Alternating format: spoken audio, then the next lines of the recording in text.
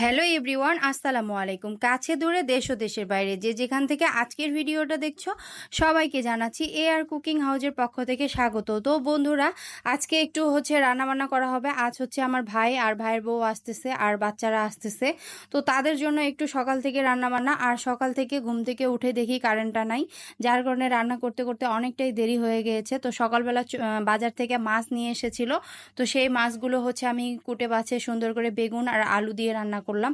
আর এরকম বাহারি রকমের মাছ খেতে আসলে অনেক ভালো লাগে। আর এটা একদম টাটকা নদীর মাছ ছিল। আর এই যে একটু গরুর মাংস নিয়ে এসেছিল, এটা আমি সুন্দর করে ধুয়ে ভালোভাবে ময় মশলা দিয়ে ম্যারিনেট করে রেখে দিয়েছিলাম। এখন এটা আমি রান্না করে নিব। তো এই তো রান্না করে নেওয়ার জন্য আমি জিরা ফোড়ন আর পেঁয়াজ দিয়ে দিলাম, দিয়ে এইটাকে একটু রান্না করে নিচ্ছি। আর এখানে একটু আমি চাল কুমড়ো গ্রেট করে নেওয়া হয়েছিল, সেটা একটু ভাজি করে নেওয়া হবে। আর এখানে পেঁয়াজ মরিচটাকে ভালোভাবে ভেজে নিয়ে ম্যারিনেট করা মাংসটাকে এখন আমি দিয়ে দিলাম, দিয়ে কষিয়ে নেওয়া হচ্ছে। তো সকাল থেকে কারেন্ট নাই, কারেন্ট না থাকার কারণে আমার রান্নাগুলো একটু দেরি হয়ে গিয়েছে। তো এই তো গ্যাসের মধ্যে চাল কুমড়া ভাজিটা বসিয়ে দিলাম। মানে প্রতিটা রান্নাই এক একটা চুলায় রেডি করে বসিয়ে দেওয়া হচ্ছে, কারণ তারা রওনা দিয়ে দিয়েছে। তারা চলে আসছে বাসার কাছে। তো তারা এসে যদি খাবার দাবার রেডি না থাকে তাহলে কেমন হয়, তো এই জন্য তাড়াহুড়া করে রান্না করে নিচ্ছি।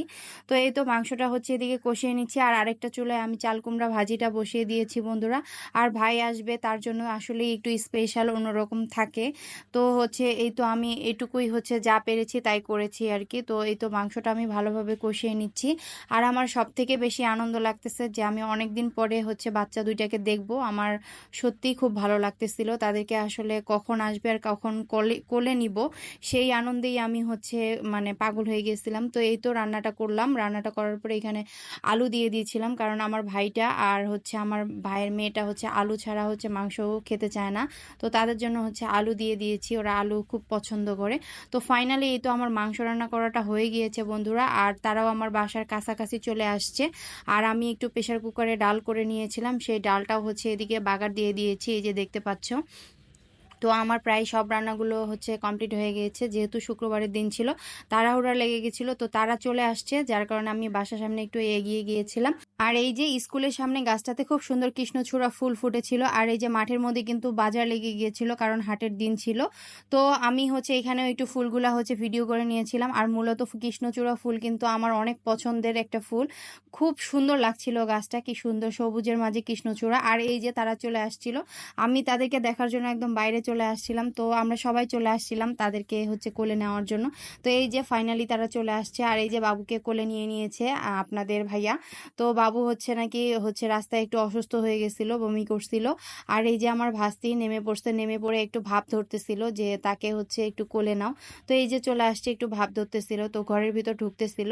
তো আমার ভাস্তিটা আসলে অনেকদিন পর তাকে দেখলাম। আর এই যে আমার হাজবেন্ডের ভাইও চলে আসছিল, সে আমাদের জন্য এই মিষ্টিটা নিয়ে আসছিল। তো আমার পছন্দের খুব মিষ্টি এটা, তো আমার জন্য নিয়ে আসছিল। তো আমরা খাওয়া দাওয়া করার পরে বিকালবেলা একটু বের হয়েছিলাম, এদিকে একটা নদী আছে, সেই নদীটা দেখতে যাচ্ছিলাম। তো দেখেন আপনারা, আনাহিতা বুড়ি একদম টুপার শুরু করে দিচ্ছে, মানে তার ঘুম চলে আসছে বাতাসে, অটোতে।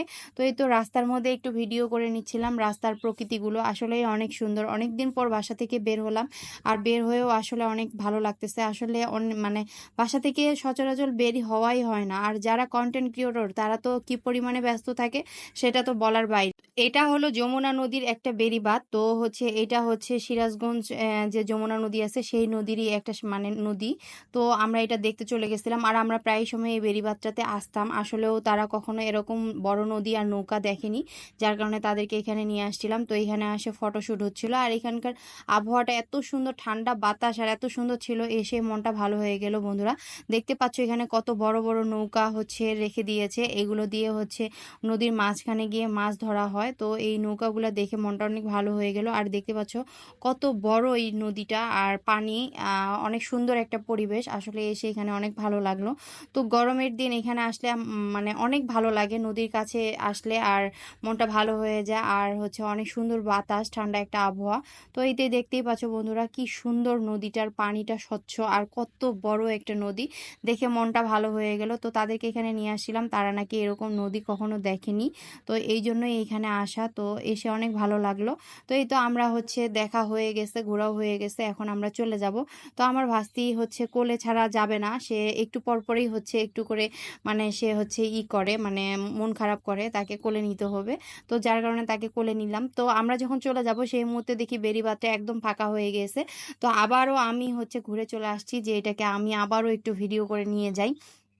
তো এইটা নতুন করে আবার রং করে দিছেন। রং করে দেওয়ার কারণে এটার পরিবেশটা কিন্তু অনেক সুন্দর লাগতেছে আর দেখতেও খুব ভালো লাগতেছে। তো এখানে আসলে এসে আমার অনেক ভালো লাগছে বন্ধুরা। আর তোমাদের যদি ভালো লেগে থাকে অবশ্যই ভিডিওটা লাইক, কমেন্ট, শেয়ার করে পাশেই থাকবে। আর হ্যাঁ, আমার ভিডিওগুলো দেখার জন্য অবশ্যই আমার পেজটা তোমরা ফলো দিয়ে রাখবে। আর আমার ভিডিওগুলো যদি ভালো লেগে থাকে অবশ্যই তোমাদের টাইমলাইনে শেয়ার করে রাখবে বন্ধুরা। তো বন্ধুরা আজকের মতো এখানে বিদায় নিচ্ছি। সবাই ভালো থাকবে, সুস্থ থাকবে। আল্লাহ হাফেজ। আসসালামু আলাইকুম।